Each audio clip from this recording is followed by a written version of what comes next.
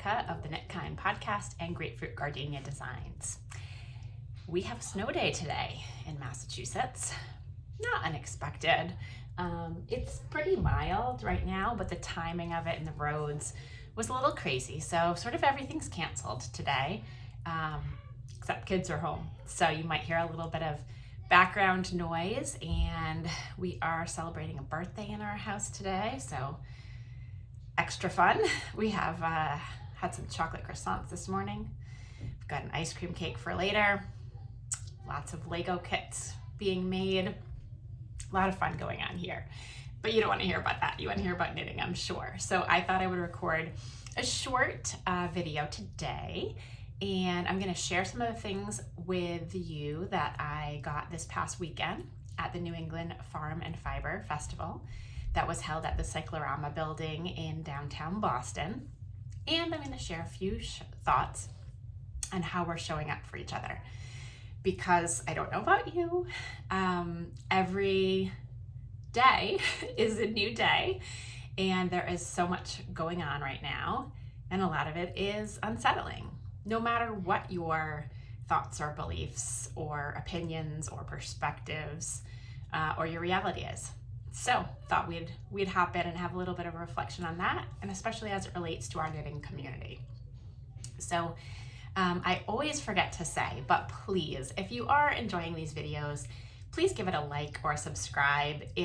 I don't do this for any reason other than to have a connection with the knitting community, and that helps us find more people. It helps us connect.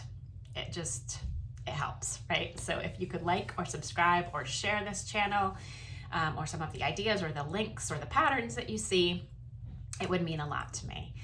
And so I don't forget, I am wearing, I don't know the name of the pattern. It's something very simple. I'll put it in the description below. But the real star of this pattern is the Noro yarn. So let me do this. It is just a simple construction, but as you know, I love things that keep my neck warm, keep my shoulders warm, keep my back warm.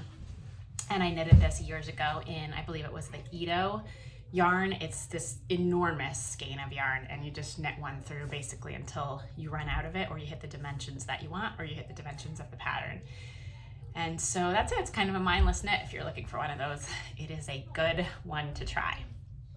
So this past weekend, New England Farm and Fiber was held, as I said, in downtown Boston, and it was a ticketed event, and that helped with the pacing of people over 3 2-hour time slots so that the crowds were appropriate for the size of the building.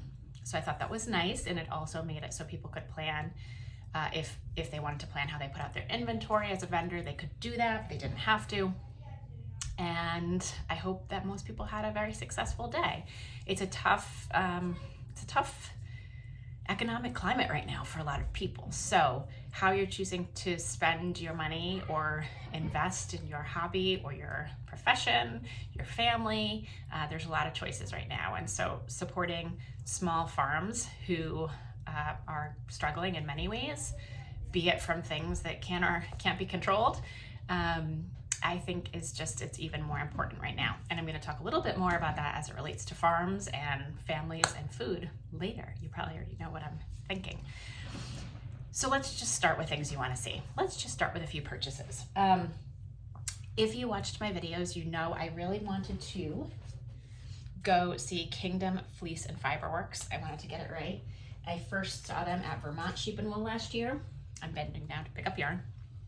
And really loved their yarn. I knew they were starting to spin their own. They've gotten some equipment. They're working with different sources of fiber. And so as that comes together, I had a chance to see Liz and say to her, if I were to design something small, probably accessories, in advance of Vermont Sheep and Wool this year, what yarn makes sense for me to look at? Because I was immediately drawn to some of the little kind of experimental yarns she's doing.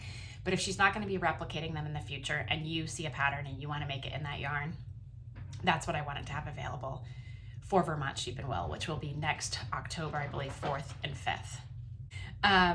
And so what we looked at together is this. It is a worsted weight I got these 3 colors. Oh, darn, there. You can see the colors better there. This one's variegated.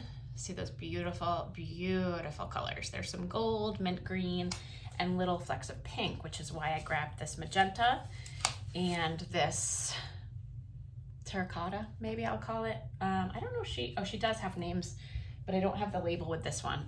So this one is called Amethyst in terms of the color. It is 100% blue face Leicester.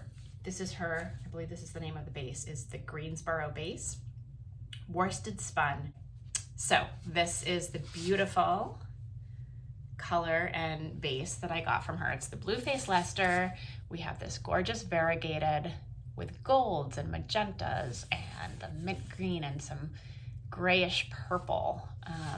It's really pretty. And so it can pick up, like if you see right, well, let me see, can you see it? If you see right here, oh, you can barely see in this light, but there's like the flecks of this sort of magenta-y color to go in there, and then the terracotta.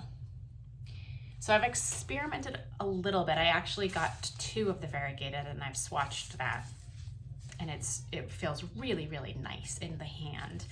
And so I'm excited to do an accessory or an accessory set in these in advance of Vermont Sheep and Wool. So that was on my list. Otherwise, I wasn't necessarily, oops, of course that's gonna put glare. Let's do this. Wasn't necessarily looking for specific yarns, but I did have a chance to pick up a few more very intentionally chosen and a couple of just fun things to purchase for knitting accessories. And I'm probably gonna miss something in this video and I'll record another one later. But let's talk about what I do have in front of me. So this is the Yankee Rock Farm.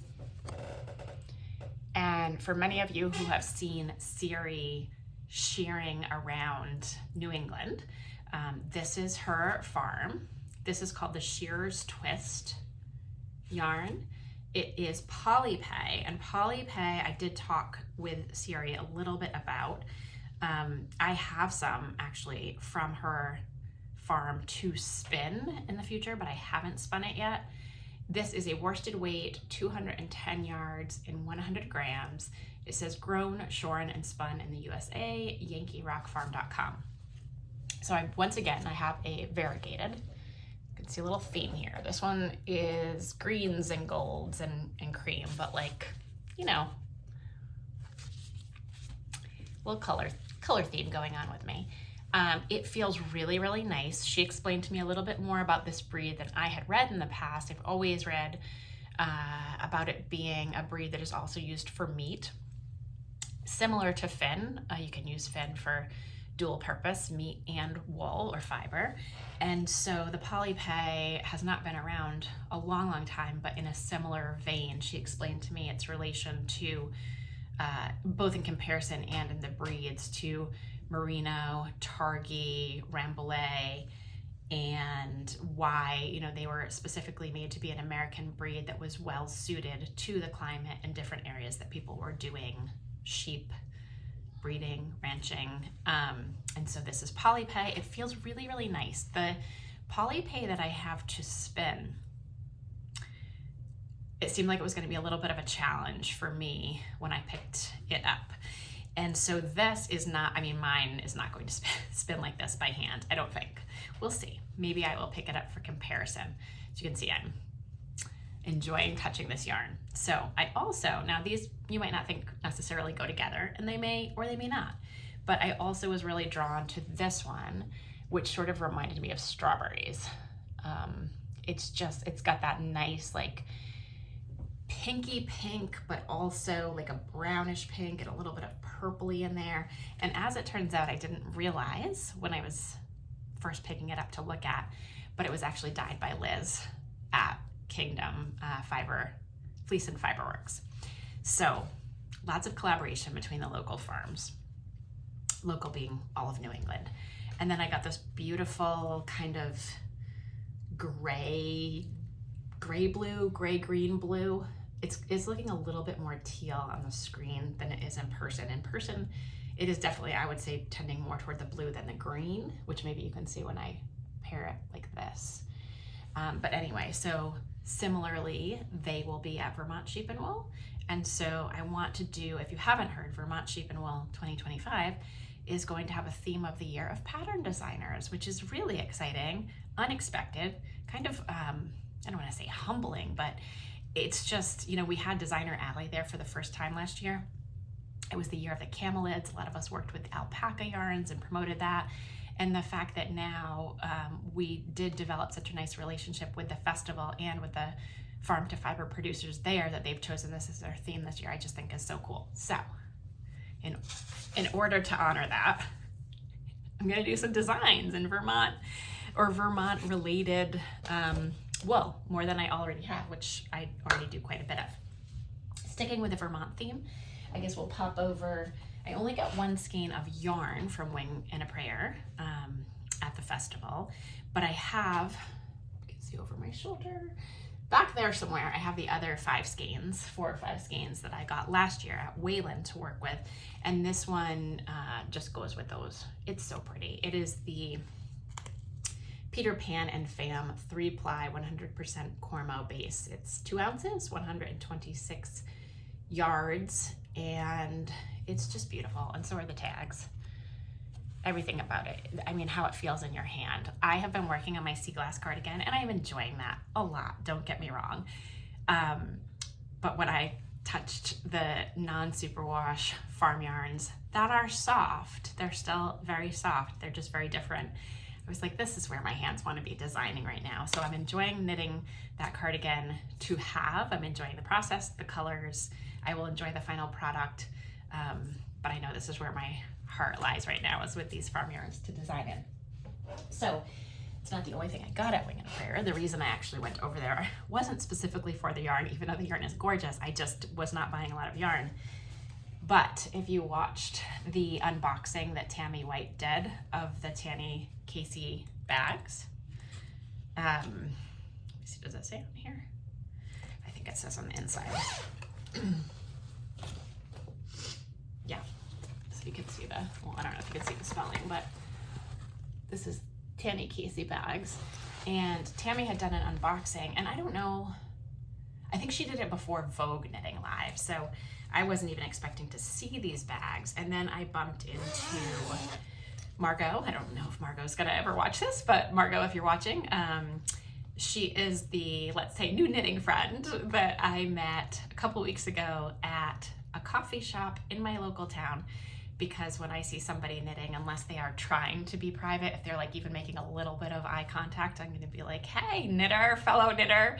And I did, and I met another local to me knitter named Margot, and we've now bumped into each other at the last 2 or 3 fiber festivals, and someone she was with had a bag, and I immediately was like, wait a second, those are the bags that Tammy showed in the unboxing, and she still has them, and I kind of hightailed it immediately over where she had, I think maybe 5 of them left. And it's just a gorgeous, gorgeous, gorgeous project bag. It's a big one, so can fit a sweater up to a certain, well, probably you can fit a sweater in here, at least up to a certain point of your project. Tammy had hand dyed all of these with botanical dyeing and then sent the material off for them to be made into a bag. And quilting is having a moment right now, but I mean, I've always loved quilts. I grew up with quilts. I have quilts that look more modern, quilts that look more traditional. I have wall hangings.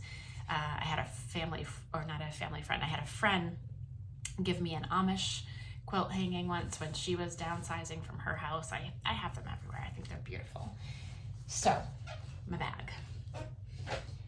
And then, on the project bag note, I also got this little one from Matterroot, and this is for a smaller project, but I got this one, again, wanting to support our local fiber festivals, and it has bees, and I have a bee thing with a couple of friends. You know who you are if you're watching. The bees. So bees, I got this little project bag to think of you when I'm knitting. And let's see, there's one other bit of yarn that I got. So I, for a long time, have also been looking at the Heliosphere, and I have talked about them before. Specifically, that's their little logo.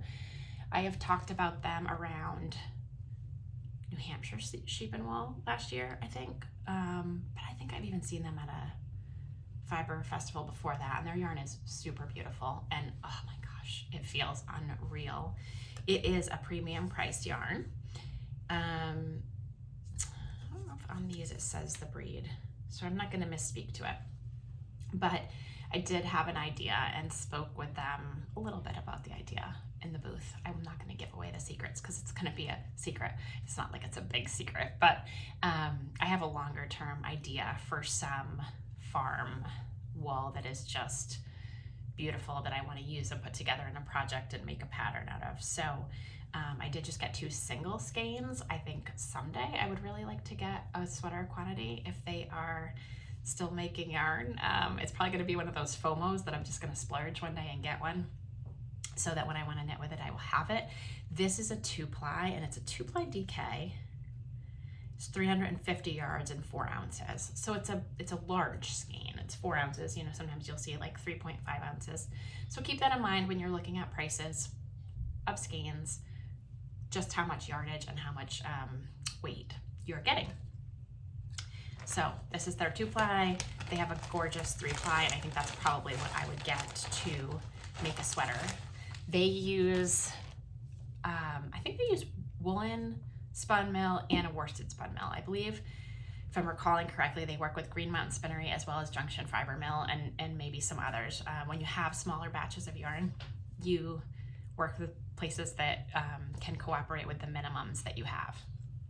So that's the yarn I got. Those are the things I got.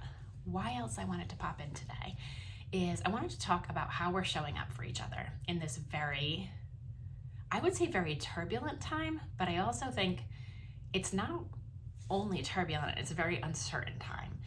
And there's so much going on that in our country with our government, regardless of your politics, your political party affiliations or not. I think that this is going to be an opportunity. Again, I talked about opportunity being my theme word of the year.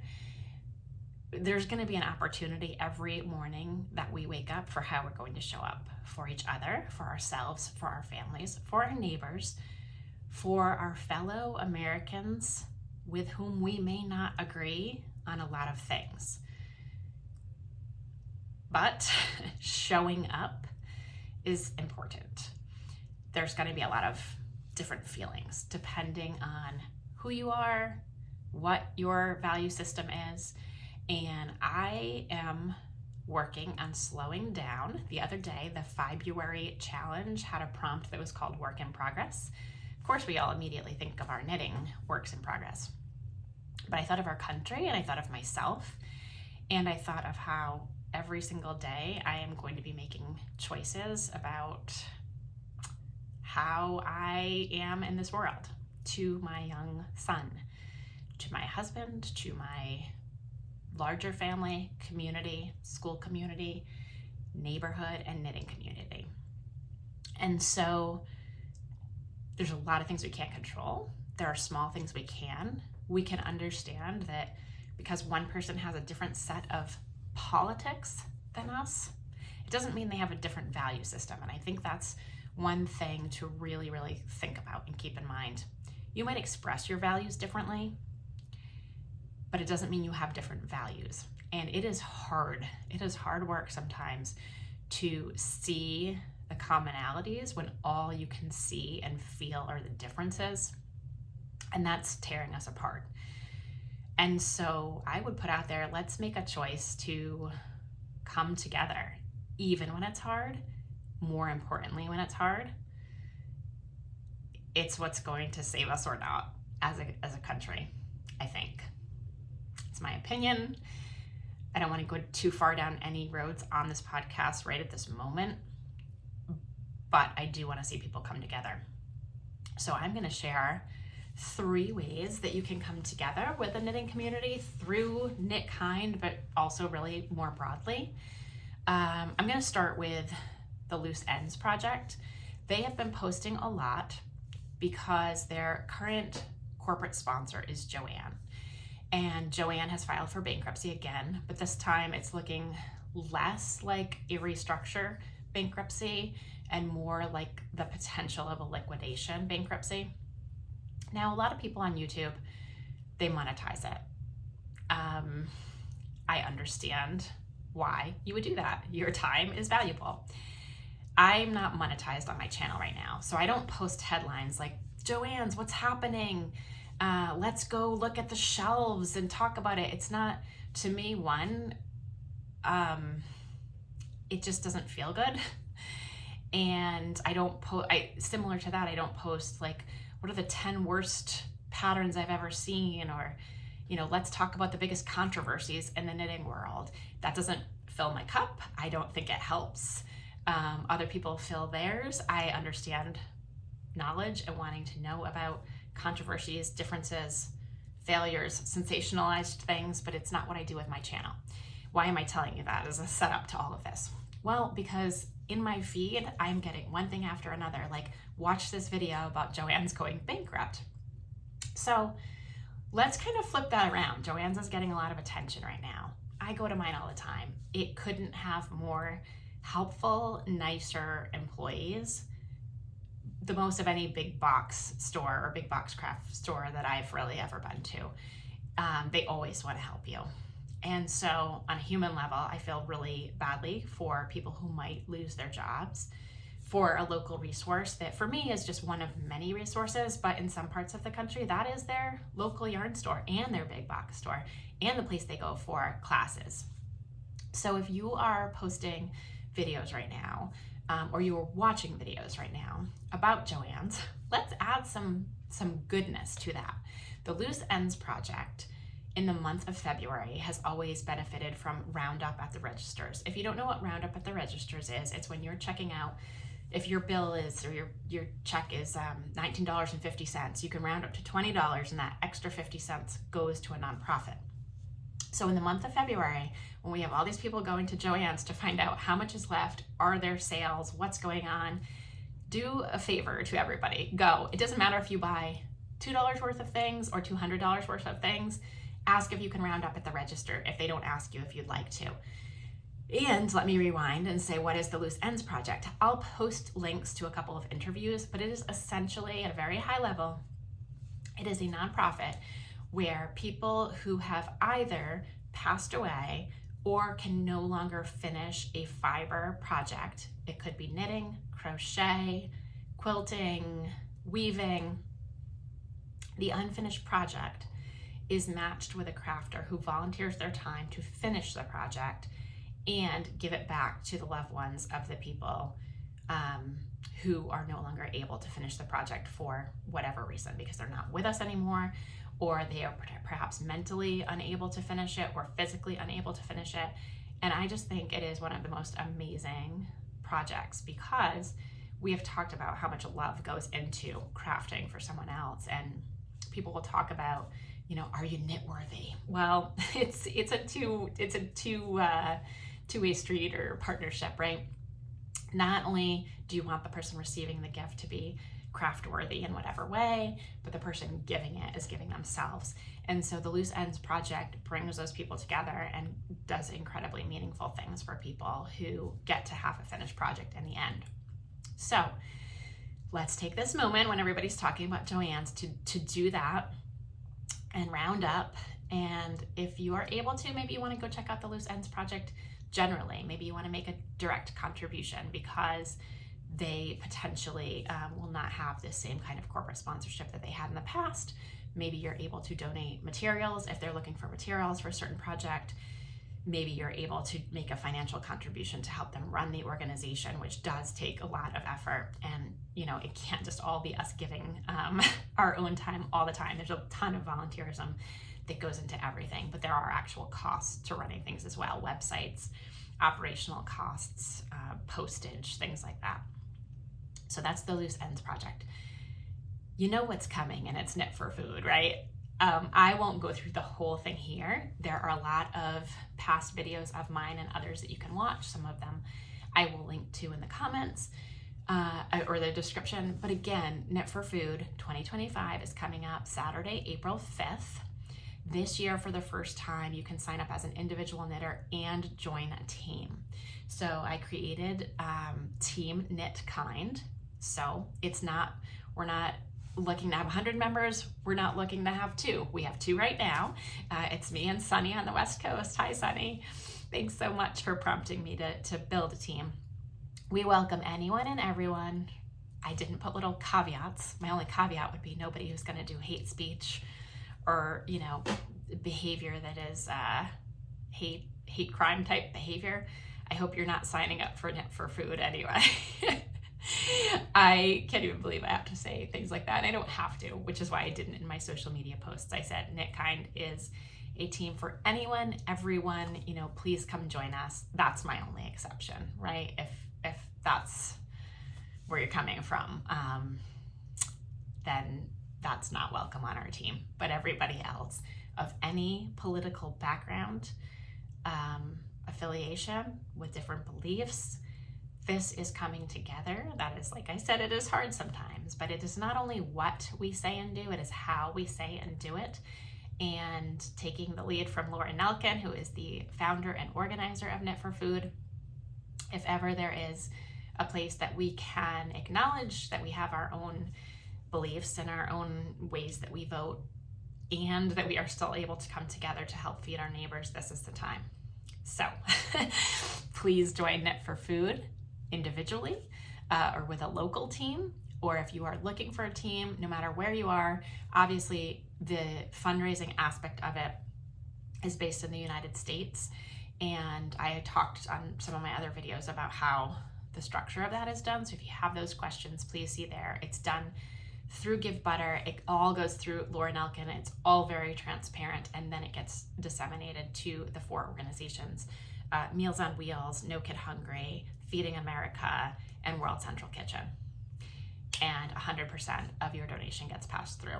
There's all of the work, and there is a lot of work that goes into it. It is all donated or underwritten. It is not, no percentage of your donation gets used for operational costs.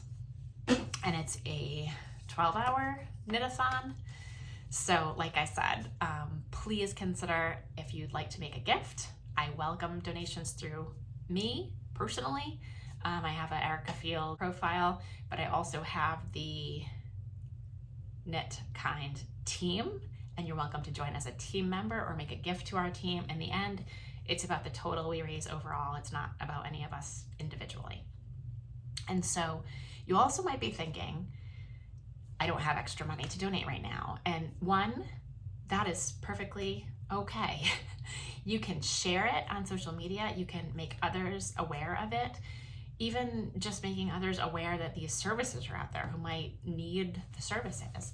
We have met multiple people through knitting this year who have received services from one of these organizations who never thought that they would. It was the World Central Kitchen was on the ground in Asheville after the hurricane. They were on the ground in California after the wildfires. This isn't only about economic need either. This is about need in a time of crisis. So please remember that.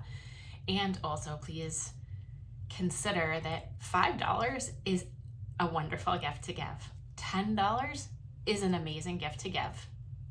You don't have to give $100. You don't have to give $50. You don't have to give $25.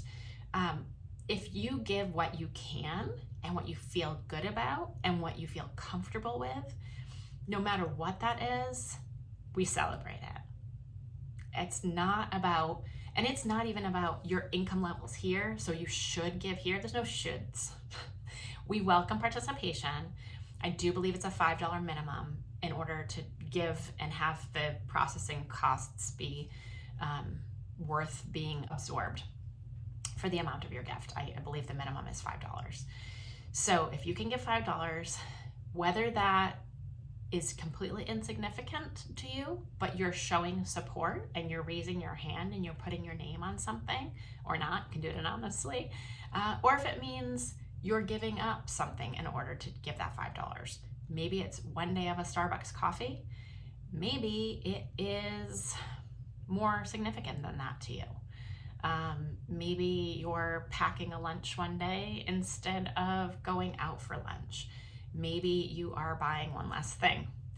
Whatever it is or whatever you're comfortable with is terrific, wonderful, appreciated, important, all of the above. We make no assumptions that someone should or needs to have a certain amount of money in order to be philanthropic. We know that's not true. I spent a lot of my career in philanthropy, and it's not always a direct correlation. And no one is counted out because someone thinks you don't have enough money to give or you have so much you should be giving. So that's my summary of that. Let's show up for each other. Let's show up for each other through Knit for Food, through the Loose Ends Project. Let's show up for small farmers when we go to fiber festivals and figure out whether it's an accessory or a yarn that we buy. Let's just show up for each other. Let's focus on the positive. Let's lift each other up. There's enough of everybody cutting each other down. Let's do it together. Knit kindly, live kindly. Thanks for joining.